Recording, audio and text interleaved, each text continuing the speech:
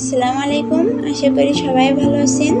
আমি আজকে আপনাদেরকে খুবই সহজে দারুণ একটি সুস্বাদু ডিম আমড়ার কোরমা রেসিপি করে দেখাবো। এখন যেহেতু আমড়ার সিজন, আমার খুবই পছন্দের একটি রেসিপি ডিম আমড়ার কোরমা, তাই আপনাদের সঙ্গেই শেয়ার করছি। আশা করি রেসিপিটি আপনাদের কাছেও ভালো লাগবে এবং খুবই সহজ মনে হবে। আমি আর বেশি কথা না বাড়িয়ে চলে যাচ্ছি মূল রেসিপিতে, আপনারা দেখতে থাকুন। আমি এখানে 1 কেজি মতো আমড়া নিয়েছি। আমড়াগুলি খুব ভালোভাবে খোসা ছাড়িয়ে নিয়েছি, আর আমড়ার উপরটাও দেখতে পাচ্ছেন একটু করে চিড়ে দিয়েছি যাতে মশলাগুলি খুব ভালোভাবে আমড়ার ভিতরে প্রবেশ করে। এরপরে একটি বাটিতে করে আমি কিছুটা পেঁয়াজ কুচি, স্বাদ মতো লবণ আর একটি ডিম নিয়েছি। আজকের আমড়াটা আমি ডিম ভেজে রান্না করব, ডিম সিদ্ধ করে দিব না। এরপরে চুলায় একটি কড়াই বসিয়ে দিয়েছি, দিয়ে পরিমাণ মতো তেল দিয়ে দিয়েছি, দিয়ে আমি ডিমটা ভেজে নিব। আজকে ডিম ভাজার সময় কিন্তু আমি এখানে কোনো হলুদ ব্যবহার করছি না। ডিমটা ভাজা হয়ে গিয়েছে, আমি 4 খণ্ড করে কেটে নিচ্ছি। এরপরে ডিমগুলি আমি উঠিয়ে নিচ্ছি। এরপরে কড়াইতে আমি 1 টেবিল চামচ মতো তেল দিয়েছি, দিয়ে আমড়াগুলি দিয়ে দিচ্ছি। আমড়াগুলি আমি আগের থেকে হালকা একটু ভেজে নিয়ে রান্না করব।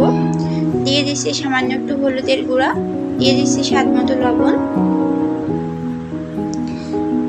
আমড়াগুলি হালকা করে একটু ভেজে নিব। আমড়া কিন্তু খুব বেশি ভাজার দরকার নাই, দেখতে পাচ্ছেন আমি খুবই হালকা করে ভেজে নিয়েছি। আমড়াগুলি আমার ভাজা হয়ে গিয়েছে, উঠিয়ে নিচ্ছি। এরপরে পরিমাণ মতো তেল দিয়ে দিচ্ছি কিছুটা পেঁয়াজ কুচি। পেঁয়াজটা আমি হালকা লাল করে ভেজে নিব, খুব বেশি ভেজে নিব না।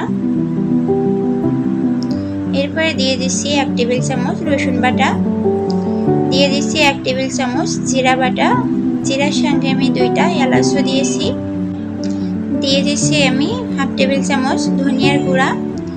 এরপরে 1/2 টেবিল চামচ হলুদের গুঁড়া। মশলাটা একটু ভালোভাবে কষিয়ে নিব। খেয়াল রাখবেন মশলাটা কষানোর সময় যেন পুড়ে না যায়।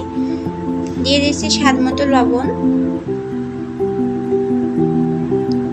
মশলা কষানোর জন্য একটু পানি দিয়ে দিচ্ছি যাতে মশলাটা খুব ভালোভাবে কষিয়ে নেওয়া যায়।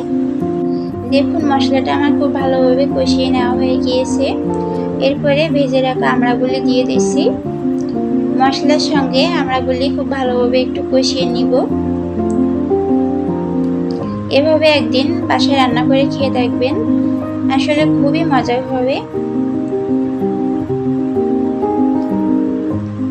আমড়াগুলি আমার কষানো হয়ে গিয়েছে।